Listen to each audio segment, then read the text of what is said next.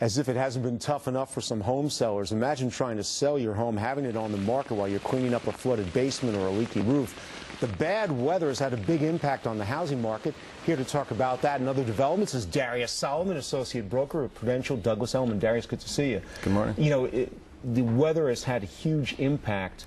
Just looking at the number of people who have had to deal with these things, flooded out basements, but also the weather overall really affects the buyer-seller mood. It definitely does. And these are seasonal patterns. You have to look at the weather. If it's really bad outside, just the same way you might not want to go shopping, it's the same situation with looking for a home. And when we've come off of some serious consecutive weeks and months of bad weather, it's definitely had some of a weather hit on some of the sales. Now, we've looked at the big news this week was a big plunge, and really what some people are saying is a pretty significant plunge when they compared existing home sales over years, something like the lowest in 18 years. How much of that can we attribute to just what's been going on weather-wise? Well, it's important to note, first of all, these are national. We're really talking about the national basis, not the New York City market here. And yes, there was a very big drop, 8% in 1 month. And that's following up some consecutive months of decreases in the national market. Now, it's also important to look at the annual. You can't look at quarter to quarter necessarily on a national basis because we have seasonal times. Just like people go shopping in Christmas, that's when the retailers make their money. Right. We find that the fourth quarter or the winter months tend to typically be slow. So you have to be careful comparing 1 month going into the other. If we looked at the year overall from 2006 to 2007, we really only saw about a 0.7% decrease in the national median price, which is about $217,000. But there are fears coming up, with considerable inventory on a national level, slower time frames to sell the properties, and again, uncertainty out there, some of the subprime market fallout that led to what we believe people holding back a little bit from making purchases. Again, the weather scenario also didn't help this whole process. And a lot of this, too, is psychological. People read about bad news. It affects their sense of what they're able to afford and what they can get for their properties. It definitely does, and this is where you look at the consumer confidence index, where people, you look at their spending patterns beyond real estate, and as we discussed, when people are a little bit worried about, let's say, the real estate market, which is a very large part of the national economy, if there are fears on that side, it does tend to make them prevent doing some other, discretionary purchases. So.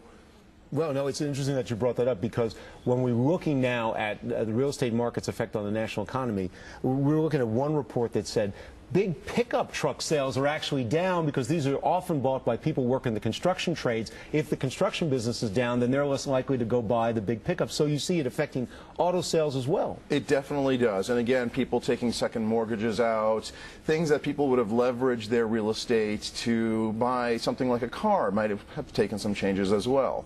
But again, now we have to be careful looking forward. As we've seen prior markets where we saw decreases in sales could have been driven by unemployment figures. If we were looking at fears of potential recession, poor economy. Here we have a scenario where nationally we saw a considerable amount of building. I mean, there was really possibly some overbuilding in a sense, and that has brought a lot of inventory to market. Now, as we move forward to the next months, the next quarters, everything is a fluid market. We can't say exactly what is going to happen, but typically, if we move into the spring months, interest rates are still remaining fairly stable. We would anticipate that nobody's expecting any big jumps in the numbers. We would cautiously look at it and say that I expect it to stay somewhat flat as we move forward on the national level.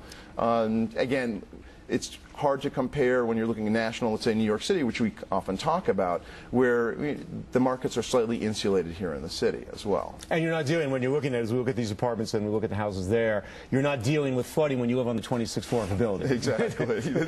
Definitely big differences between a house and an apartment in New York City.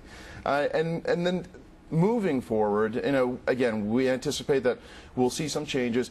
The subprime market itself, they anticipate that we haven't seen the fallout from this as of yet. And there are questions that will be answered over time. And some people are even looking at, on that side, that some of that restrained lending, which we anticipate to happen from the banks, over the long term will help the market in a sense, because it will prevent some people from going out into those markets and purchasing when maybe they shouldn't quite have extended their credit to that level. So that over the next few years, we might see less of this, the kickback from homes going into foreclosure or properties, people defaulting on mortgages. So we have a lot of things to see in the next couple of months. All right, Darius, thanks very much. I know you're hoping for as good weather as much as everyone else is as well. Definitely. Thanks very much for joining us.